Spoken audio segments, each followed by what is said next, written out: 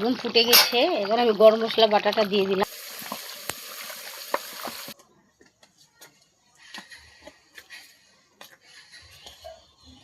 এই দেখো বাজার থেকে আজকে আমি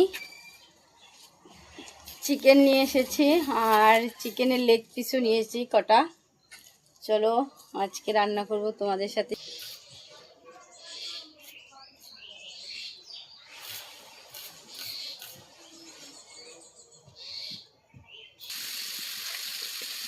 মাংসটাকে আমি একটু ম্যারিনেট করে রাখবো।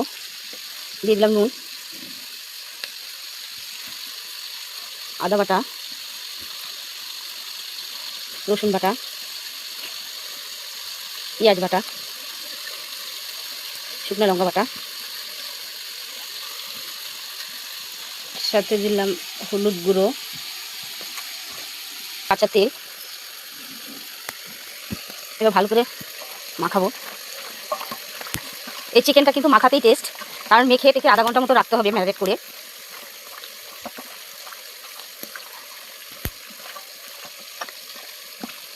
আর 4টা মুরগির লেগ পিসও নিয়েছি, কারণ লেগ পিসটা আমি খেতে ভালোবাসি, আমার ছেলেও খায়, সেই জন্য নিয়েছি।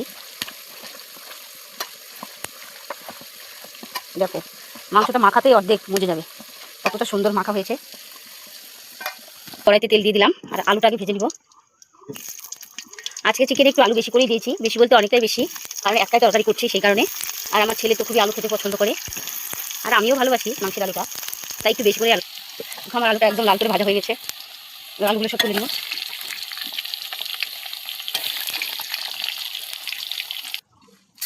আলু ভেজে রাখা তেলে দিয়ে দিলাম শুকনো লঙ্কা, তেজপাতা, তার সাথে দিয়ে দিলাম গোটা গরম মশলা।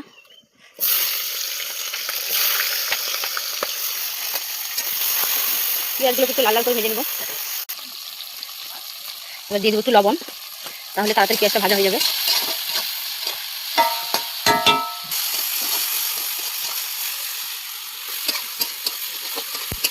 পেঁয়াজটা আমার প্রায় লাল করে ভাজা হয়ে গেছে।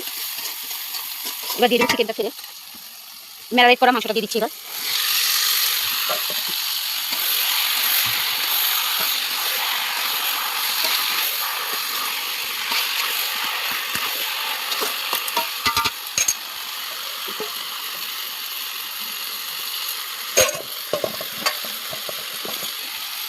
রান্নাটা ধুয়ে একটু জল দিয়ে দেবো।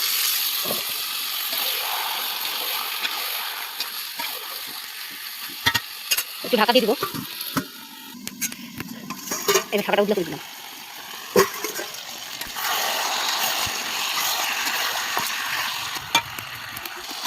মাংসটা আমার প্রায় কষানো হয়ে আসছে।